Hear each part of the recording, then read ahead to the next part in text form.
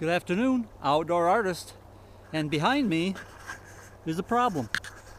And the problem is this tree that is leaning over as it dies. It might even be dead already, I'm not sure. And the way it's leaning is suspiciously close to where I'm building the shed. So I want to get this out of here now before it causes problems later on as I get the superstructure on, especially with things like metal roof and all those kinds of things that could be goofed up pretty badly. Now if you look at the top of the tree, it's right next to the far tree there, pretty close.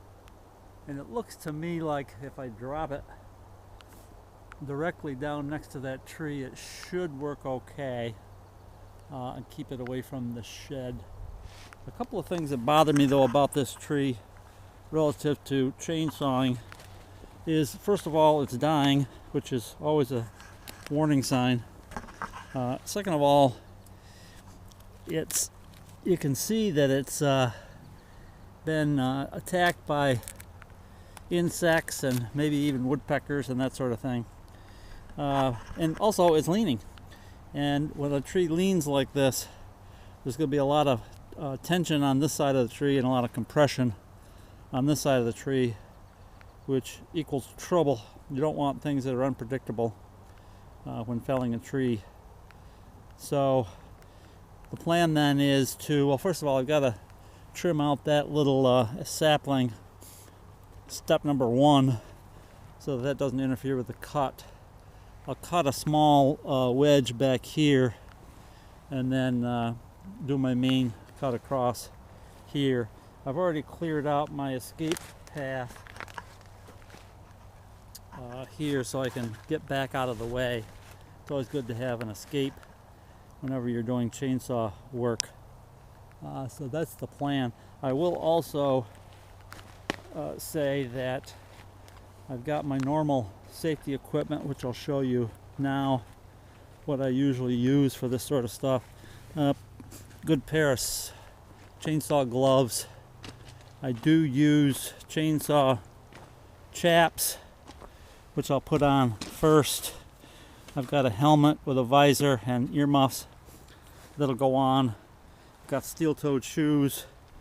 And then one thing that most people don't think of as it relates to safety is this little item, the cell phone, because if push comes to shove and you need to get a hold of somebody for help, you better have a cell phone. So I consider that an essential safety item when doing any kind of chainsaw work. So I'll set the camera up someplace out of the way so it doesn't get destroyed, and bring this down, and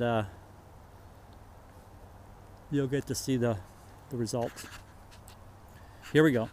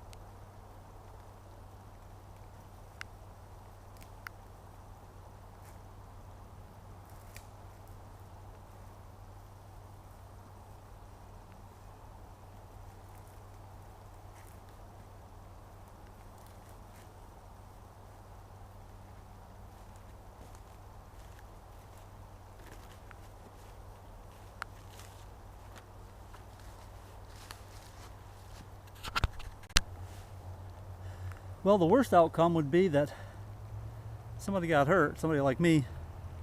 The second worst outcome is this. As I was making the notch, the tree had so little integrity that it collapsed on itself and on my chainsaw, which is now pinched. The blade is pinched, and quite frankly I don't dare go near it to try to get it unpinched because I'm not quite sure what that trunk is going to do. The other thing that's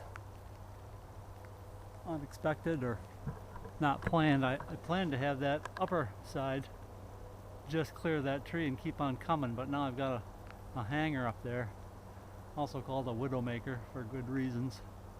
That's 100% not good. So not quite sure what my plan is. I'm thinking that I might bring the tractor down and hook a chain somewhere near the bottom and see if I can just pull it off that stump. But I'll have to think that over a little bit before I execute that plan. So for now, stand by. Well, if you were a crime scene expert, you might look at this situation and ask what in the heck happened here and see if you could put it together. We've got several things happening. Let me give you some clues. My first attempt at pulling that tree down was to get a come along, which is the blue rope you see attached in the woods there to an oak tree, and I put a lot of tension on it, as much as I dared to, and it didn't seem to be doing anything. So I went and got the tractor, raised the bucket as high as it would go, and just gave that tree a little nudge, and that did it. It came crashing down. Now it actually, this section here that's broken in two didn't happen when it hit the ground. That happened before it hit the ground. So it started down and then cracked in two. So that's always another dangerous sort of a thing that can happen with these trees. And you can see this thing is just dead. Not a good tree to be monkeying with, but I got away with it today. And the only thing left to do is some mop-up operations. I'll cut that up into pieces that I can throw into the bucket and then dump it down at the end of the quarry road in the pile that you see down there. The chainsaw, by the way, is none the worse for the wear. It flipped up out of there, and I'll have to readjust the tension on the chain. But I believe, I haven't actually started it yet, but I believe that'll be fine. So that worked out.